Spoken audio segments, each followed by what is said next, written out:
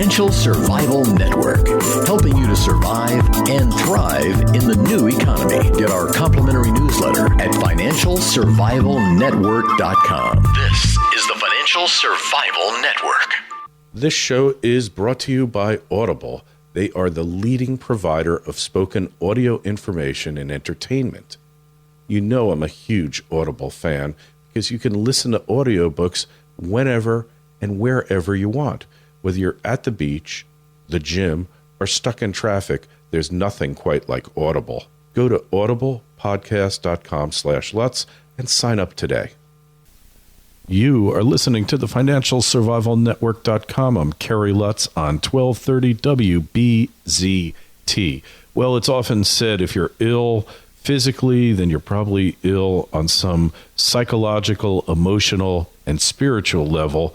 And we're going to do it a little different. We're not talking so much about gold and silver and the world economy, but you could probably extend what we're talking about now to that. And that's why Danielle Park is here to talk about with us now. Hey, Danielle, how are you? Hey, good, Kerry. I'm great, thanks. I was listening to your clip recently on your health and your efforts and changes that you've made to improve your diet and add exercise on a more regular basis. And I thought that was incredibly on point for many of the trends that are going on right now in the Western world, and I believe crucial to our path back towards health in the overall economy and in our society in general. Well, you know, somebody once told me, and it applied to what you're doing with your career, success, what you're doing with your life, that success is a lot more about what you don't do than what you actually do. And I think it's like that with health as well. It's a lot more about what you don't do than what you actually do. And certainly with diet, you know, cutting out the junk, cutting out the prepared food, stuff that comes in boxes and frozen junk from the supermarket, all of that stuff.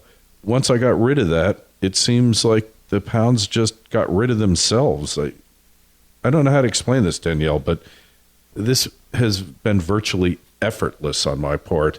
I really didn't exercise any willpower, didn't try to do it. It just happened, and it's still happening. I mean, it's slowed down a little bit. I wouldn't say I'm in the process of plateauing, but, you know, I guess I went to the movies with my daughter. I went to see an awful movie, Red 2. Don't see it if you have the opportunity, but had some popcorn. Then we went out to eat, had a few appetizers, glass of wine. So that arrested my continuing weight loss for a day or two. But really, it's been effortless. I don't know how to describe that. Listen, I know exactly what you're speaking of. What I try and tell people is I have been sort of a health and fitness passionate about health and fitness really since I was a kid. I've always been very big in athletics. I grew up in a village where my grandparents were farmers, and we ate a lot of fresh produce and all that good stuff. But as everybody else, as I got to be a teenager, I started eating more fried foods. As I got into university, I was broke, and I ate, whatever I could get, cheap carbs. And basically, as it went along, I started to, develop worse eating habits, mostly out of economic and time limitations. And, you don't have a full big kitchen when you're a student, and you end up, making whatever comes in a box or a tin. And as I went along, I definitely started to gain some weight. Now, I've never been, dramatically overweight, but I was probably 10 to 15 pounds overweight in, my early 20s. And then basically ever since then, just incrementally little light bulbs were added. Usually I come into contact with someone and they toss something out, or I see a little idea somewhere, and you sort of add that into your lifestyle kit. And, it's like so now I'm 48 years old, and my husband's 50. We have, the barometric, the bodily levels in our blood pressure and all that of a fit 20-year-old. And the doctors always comment, wow, what are you guys doing? It's obviously so good. And I try and say to people, listen, it's incremental. Every single day you can add something that will help. But, like you were saying, one of the biggest things we have to get our mind around today is that quantity matters, first of all. So we are all trained to eat so much more than we require, right? Like the all-you-can-eat salad bars, the, big American portions on plates. These are all the end of your health. If you consume the amount of stuff that's put before you in the typical restaurant fare, you really are overeating to an enormous extent. And even if you're an exercise person, which, let's face it, not a lot of people exercise, consistently at least an hour every day. But even if you do, you simply cannot consume that amount of calories and expect to not gain significant body fat, because even if you're exercising an hour and a half a day, the other 22 and a half hours, you're basically sedentary. You're sitting around for the most part. So you just simply cannot burn it. So the first thing, as you said, is cut back on the caloric intake. The second thing is to get your mind around this idea that dead food is not the most healthy food. So live microbiotic food is crucial. It's, what you put in can be medicine or it can be toxic. You can dump stuff in your body that it has to kind of process and move around and think, oh my God, can't really do anything with this, let's stick it somewhere. Or, live microbiotic food like fresh vegetables, raw vegetables, green smoothies, juicing, that sort of thing. You get your calories, but it's also this incredible cleansing mechanism for your body. And once you get into, just that simple thing, just starting with something as simple as a smoothie full of green spinach in the morning, as an example, as your breakfast. My experience is that most people start with that, think, well, it's kind of weird, but I'll try it. And then a year later, it's changed their entire way they see food. They start to think of, now that I'm doing that, I might as well add something else. And the next thing you know, they're largely off consuming meat. They're primarily focused on vegetables as their food group, and they have no real appetite for the bad carbs, because once you stop eating them, you don't crave them. In fact, you start to be repulsed by them. And as you were saying, you might go out for a treat to the movie or something and have, a popcorn or whatever. What happens is that the less inclined you are to do that, the healthier your body gets, the less tolerant it is. And when you do have a splurge day, you often feel sick. And so it's entirely different than the way people are programmed now. If they, throw in some junk when you're generally healthy, oftentimes you'll feel worse afterwards, and you won't want to do it again very frequently. Hey, and you left one thing out there. Don't forget about water. You can't get enough water. You cannot drink enough water in this world, that's for sure. And I think that people really, again, when you're healthy, when your body is cleansed and you're used to feeding it well, you crave water. You don't crave sugary drinks. You don't want to toss in, even all these high fructose sports drinks that people have been sold, right? The marketing is that this is what athletes drink.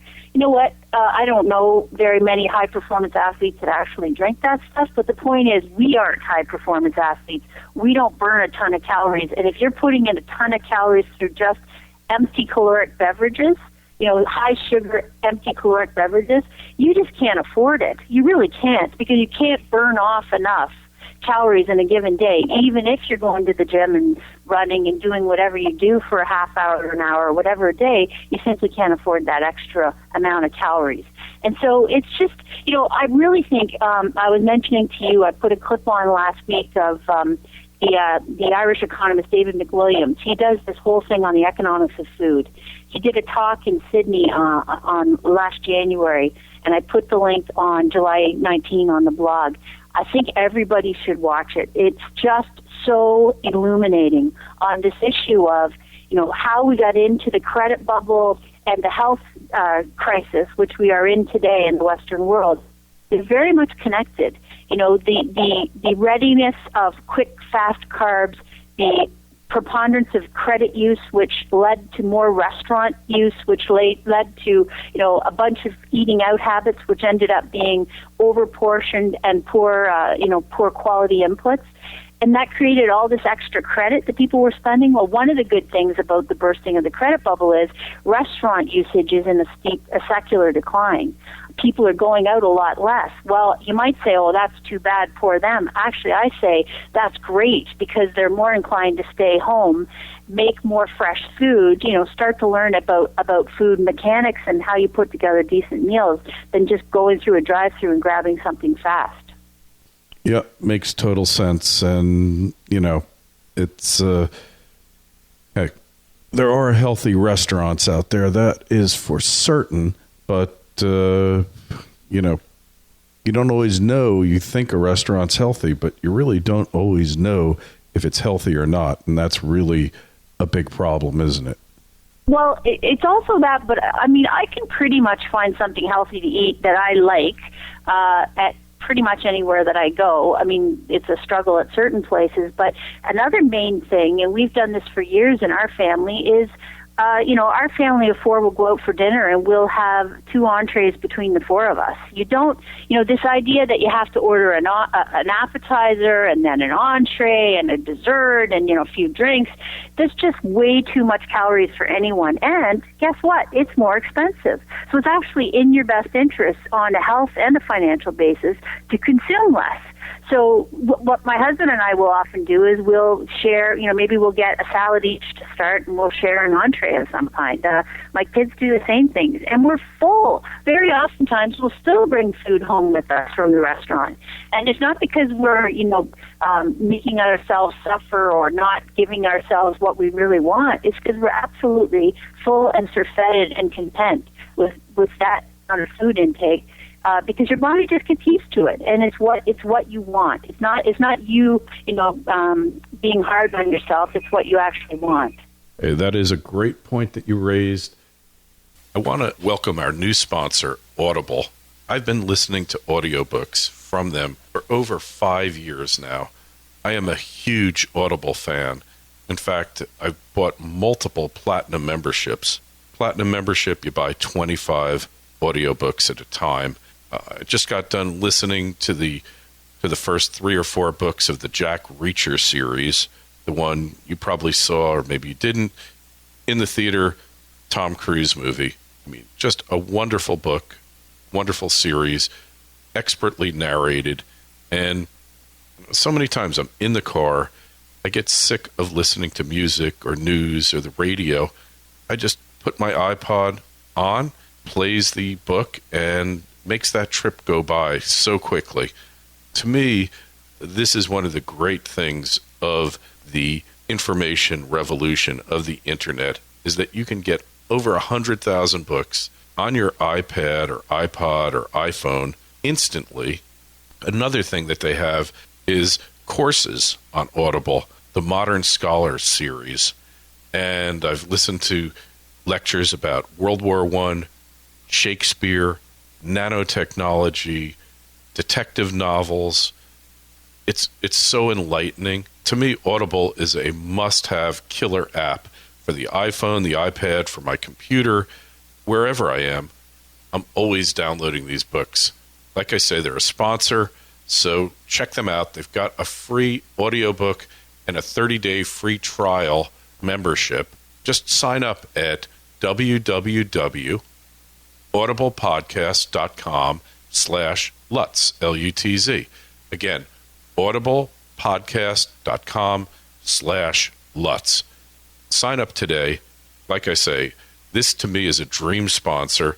These are exactly the types of things that I like to pass on to you because I'm such a fanatical, over-the-top Audible user. 5-6 years I've been listening, hundreds of books. I used to think I was a well-read person, and it's a little strange when somebody asks you, did you read that book? And you have to say, somebody actually read it to me, but they actually did a better job than I could have, so I don't mind it.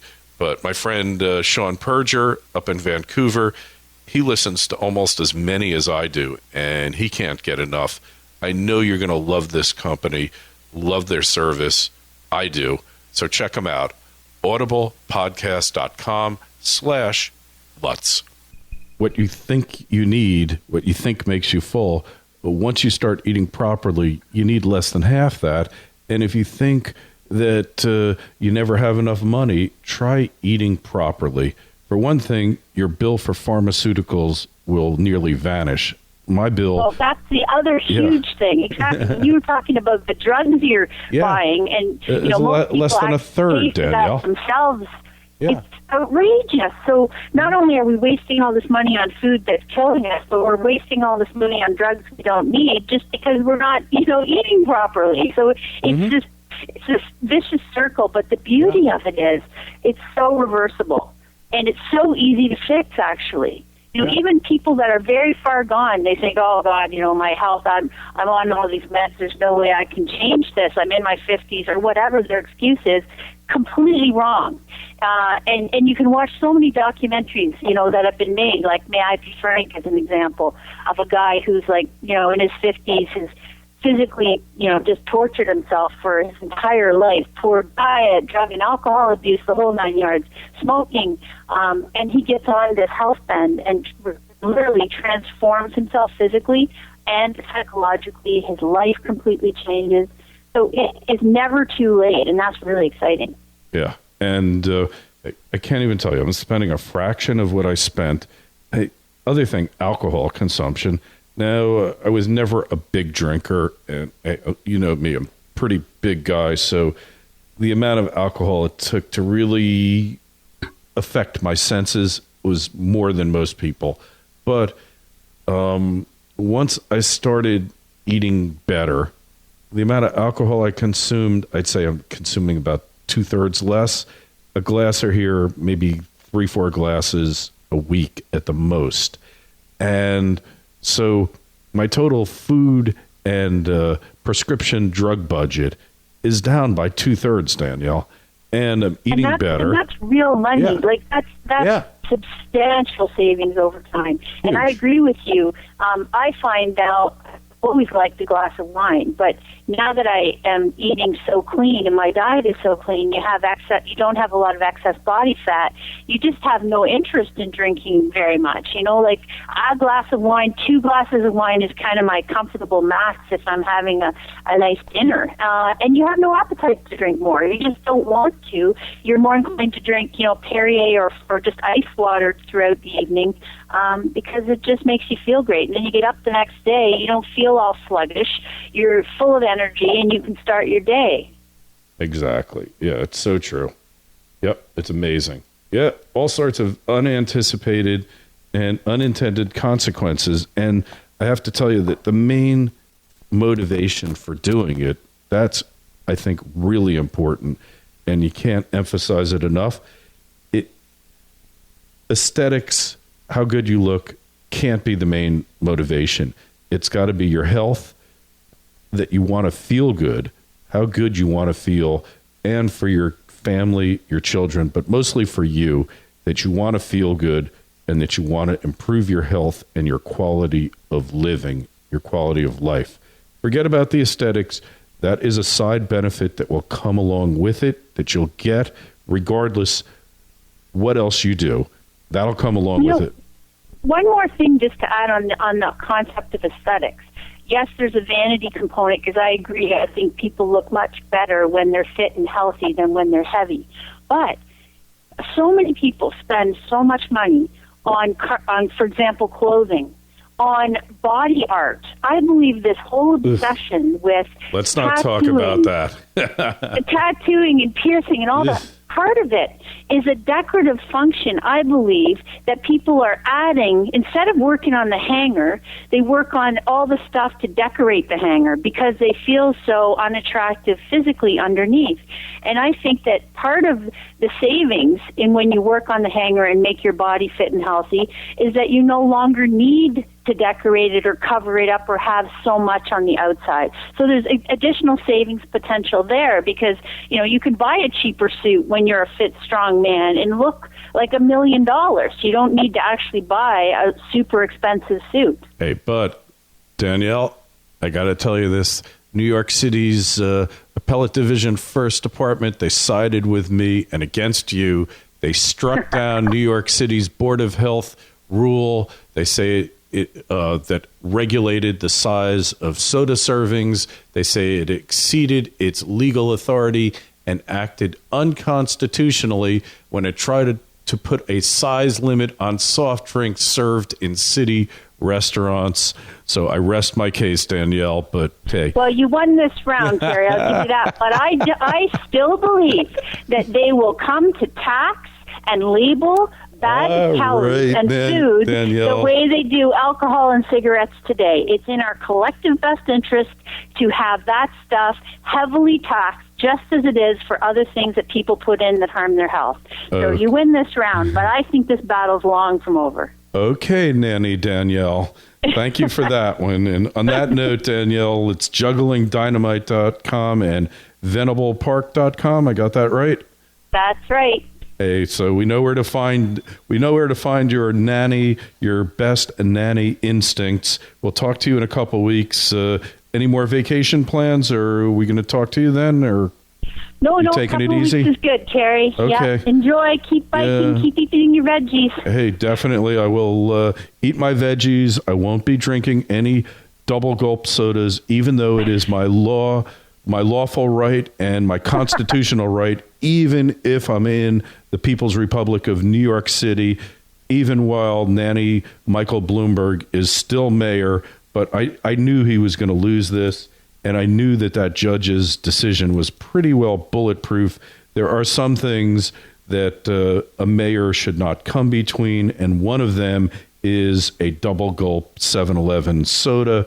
And, you know, it's the people's choice. If they want to be fat pigs, so be it. But you know, that doesn't mean you should go out and drink it. The stuff is no good for you.